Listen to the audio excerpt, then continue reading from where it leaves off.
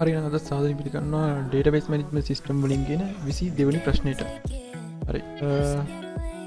එතකොට මේක තමයි 22 වෙනි ප්‍රශ්නේ. අපි මේ 22 වෙනි ප්‍රශ්نين කතා කරන්නේ 16 වෙනි ප්‍රශ්නෙට අදාළ දේවල් ටිකක් තමයි 22 වෙනි ප්‍රශ්نين අහලා තියෙන්නේ. ඒ කියන්නේ 16 වෙනි ප්‍රශ්නේදී කෙටියෙන් කිව්වොත් කොළඹ කියලා ප්‍රාථමික පාසලක් තියෙනවා. ඒ පාසලේ ළමයින්ගේ වාර විභාග ලකුණු ටික තියාගන්න අපිට කියනවා ඩේටාබේස් එක ඩිසයින් කරන්න කියලා. අපි ඩේටාබේස් එක ඩිසයින් කරගෙන රිලේෂන්ෂිප් ගාලා මෙතෙන් 22 වෙනි ප්‍රශ්නෙට එනකම් 21 වෙනි ප්‍රශ්නෙට එනකම් අපි ප්‍රශ්න ටිකක් කරගෙන ආවා. දැන් ඒක ගැනම මේ ඒක ගැනම තමයි අහන්නේ මේ 22 වෙනි ප්‍රශ්නෙමුත්. හරි. එතකොට අපිට ප්‍රශ්න හතරක් තියෙනවා. පළවෙනි ප්‍රශ්نين කියනවා find the details of the students who participated in the single subject in the examination held on 10/26/2015. හරි. ඒ කියන්නේ සිංහල කියන විෂයට සහභාගී වුණ ළමයින්ගේ ඒ කියන්නේ සිංහල කියන විෂයට මෙන්න මේ දවසේ සහභාගී වුණ ළමයින්ගේ විස්තර ටික ගන්න කියනවා. හරි. අපි බලමු මේක කොහොමද කරන්න කියලා. මම ඒක යූස් කරනවා head skill එක.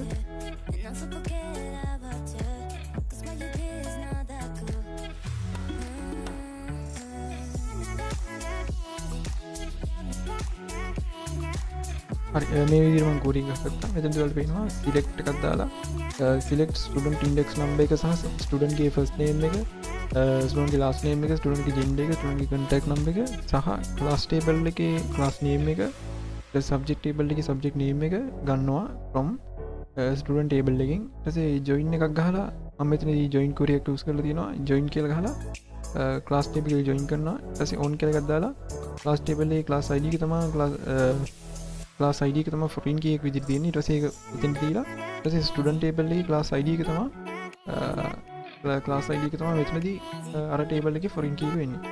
හරි. class table එකේ class id එක තමයි මෙතන primary key එක වෙලා තියෙන්නේ. ඊට පස්සේ මේ විදිහට මෙතන ආයි join core එකක් ගහලා මෙතන student mark record එක මම join කරලා තියෙනවා. ඊට පස්සේ මෙතන ඒ ටික ගන්නවා. ඊට පස්සේ ඊළඟ එකේ subject එක join කරලා තියෙනවා.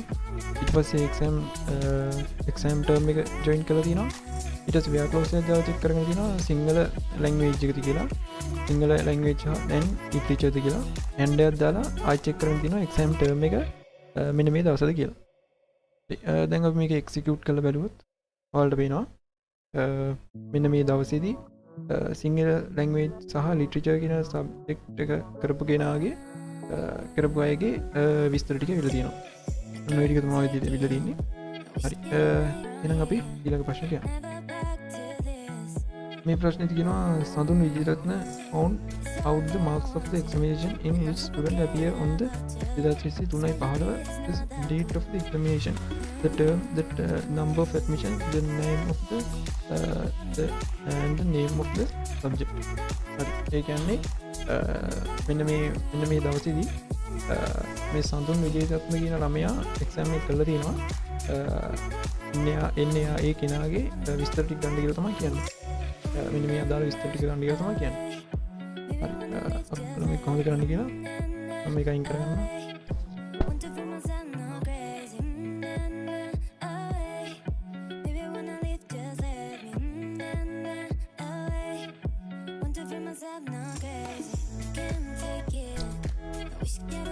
හරි. මෙන්න මේ විදිහට query ගහත්තා select එකක් දාලා මෙතනත් මම use කරලා තියෙන join query. එතකොට මෙතන student table එකේ index number එක, first name එක, last name එක, gender එක, contact number එක අරන් තියෙනවා student table එකේ. ඊට පස්සේ subject table එකේ subject name එක, ඊට පස්සේ exam student exam mark record table එකේ mark එක අරන් තියෙනවා. ඒ වගේම exam term table එකේ term name එක සහ term date එක අරන් තියෙනවා. ඊට පස්සේ from that දාලා student table එකෙන් ඊටසේ join කරලා තියෙනවා මේ student exam mark record කියන එක student table එකේ join කරලා තියෙනවා. ඊට පස්සේ ඒක on එකක් දාලා මෙතන primary key එක සහ මෙතන දීලා තියෙනවා ඒකේ foreign key එක. ඊට පස්සේ තව join එකක් දාලා මෙතන subject table එකේ join කරලා තියෙනවා. ඒකේ තර වගේ foreign key සහ primary key check කරලා ඒ කියන්නේ සමාන කරලා තියෙනවා. ඊට පස්සේ මෙතන තව join එකක් දාලා exam term එක join කරනවා. ඊට පස්සේ අපි අන්තිමට ව්‍යාකරණ ක්ලෝස් එකක් දාලා check කරගන්නවා exam date එක මේකද කියලා. සහ කියලා end එකක් දාලා මෙතන first name එක සඳුන් සහ last name එක මේ student table එකේ last name එක විජේරත්නද කියලා බලනවා. එතකොට first name එක සඳුන් සහ first name එක විජේරත්න වෙන කෙනා වෙන්නත් ඕනේ. ඒ වගේම මෙන්න මේ දවසේ එක්සෑම් එක කරලා තියන්නත් ඕනේ. ඒ කෙනාගේ විස්තර ටික තමයි එන්නේ. හරි අපි දැන් එක්ස්පීරියන්ස් කරලා බලමු. හරි වලට වෙනවා මේ සඳුන් කියන කෙනා තමයි මෙන්න මේ සබ්ජෙක්ට් තුනටම ඒ විදිහට ඒ දවසේ ඒ කරලා තියෙන එක්සෑම් එක. හරි. එතකොට අපි ඊළඟ ප්‍රශ්නෙට ගියොත් මෙතනදී කියනවා find the name of subject marks term examination date of the examination of students who obtained between 40 and 70 marks in the subject of mathematics held on 2007-10. හරි.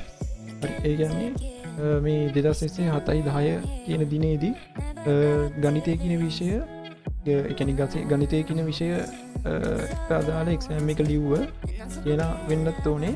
ඒ වගේම ඒ කෙනා ඒ කියන්නේ මාර්ක්ස් 40ට සහ 70ත් අතර 40ත් 70ත් අතර මේ ගත්ත ස්ටුඩන්ට්ගේ මෙන්න මේ විස්තර ටික ගන්න ඕනේ. ෆස්ට් නේම් ඒ කියන්නේ නේම් එක, ඊට පස්සේ සබ්ජෙක්ට් එක, මාර්ක්ස් ටික, ඊට පස්සේ ටර්ම් ඔෆ් එක්සාමිනේෂන් ඩේට් එක ඉන්නේ ඒ ආදාළ ටික ගන්න ඕනේ. මෙන්න මේ වගේ ඒ කියන්නේ මාර්ක්ස් 40ත් 70ත් අතර ගත්ත කෙනෙක්. ඒ වගේ මැතමැටික්ස් සබ්ජෙක්ට් එක වෙන්නත් ඕනේ කරලා තියෙන්නේ 2027-10 තිබ්බ එක්සාමිනේෂන් එක වෙන්නත් ඕනේ. හරි අපි ඒක බලමු ගහලා.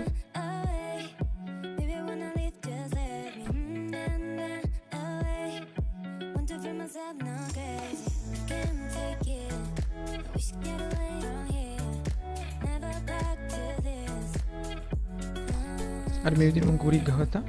එතනතර කලින් වගේම මම මෙතන ඉස්කෝලේ ජොයින් කෝරි. ඊට පස්සේ පළවෙනිට මේ වගේ ස්ටුඩන්ට් ටේබල් එකකින් මේ ඩීටේල්ස් ටික ගන්නවා. ඊපස්සේ මම ජොයින් කරනවා මෙතන ස්ටුඩන්ට් එක්සෑම් මාර්ක් ටේබල් එක. ඒ වගේම සබ්ජෙක්ට් ටේබල් එක ජොයින් කරනවා. ඒ වගේම එක්සෑම් ටර්ම් ටේබල් එක ජොයින් කරනවා. ඊට පස්සේ ව්‍යාය එකක් දාලා චෙක් කරගන්නවා මෙන්න මේ ඩේට් එක සහ සබ්ජෙක්ට් එක චෙක් කරගන්නවා මැතමැටික්ස්ද සහ මෙන්න මෙතන මාර්ක්ස් බලනවා 40ත් 70ත් අතරද තියෙන්නේ කියලා. 40ත් 70ත් අතරද කියලා බිට්වීන් එකක් දාලා තමයි බලන්නේ. එතන ඊපස්සේ මම මේක එක්සිකියුට් කරොත් එහෙම මෙන්න මේ විදිහට ඒ අදාළ ඒ විදිහට ගත්ත ළමයින්ගේ ඩීටේල්ස් ටික එනවා. ඒ කියන්නේ මෙතන ඩීටේල්ස් වල තියෙන්නේ මෙන්න මේ දවසේ කරලා තියෙන්නත් ඕනේ. ඒ වගේම මාර්ක්ස් අරන් තියෙන්න ඕනෙත් 40ත් 70ත් අතර. ඒ වගේම ඒක නම් මැතමැටික්ස් කරලා තියෙන්නත් ඕනේ. ඒ ටිකට ඒ ඔක්කොම මැච් වෙන කෙනා කට්ටියගේ මේ ඩීටේල්ස් ටික තමයි මෙතන ඉඳලා තියෙන්නේ. හරි ඒතර අන්තිම ප්‍රශ්න කළොත් who is the highest scoring student in the first term of all the subject. හරි කියන්නේ පළවෙනි වාරේදී හැම සබ්ජෙක්ට් එකකින්ම වැඩිම ලකුණු ගත්ත ළමයා කවුද කියලා අහනවා. හරි අපි ඒකට පොඩි ගමන්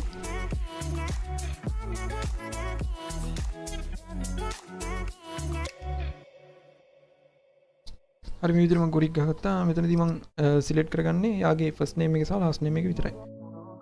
එතකොට අපිට මොකද මෙතනදී ඔක්කොම ඩීටේල්ස් ටික ගන්න කියලා නෑ ළමයාගේ කවුද කියලා විතරයි අහන්නේ. හරි ඊට පස්සේ මම ෆස්ට් නේම් එක ලාස්ට් නේම් එක ගන්නවා. මම මෙතන යූස් කරලා තියෙන්නේ සබ් ක්වෙරි. හරි එතනදී ස්ටුඩන්ට් ටේබල් එකකින් බලනවා ඉන් එකක් ගන්න මෙතන සබ් ක්වෙරි එකක් මෙතන දාලා තියෙනවා.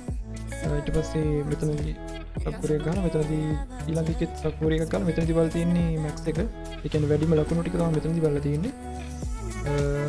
ඊළඟට මෙතනදී මම චෙක් කරලා තියෙන්නේ ෆස්ට් ටර්ම්ද කියලා. ටර්ම් එක ෆස්ට් ටර්ම්ද කියලා.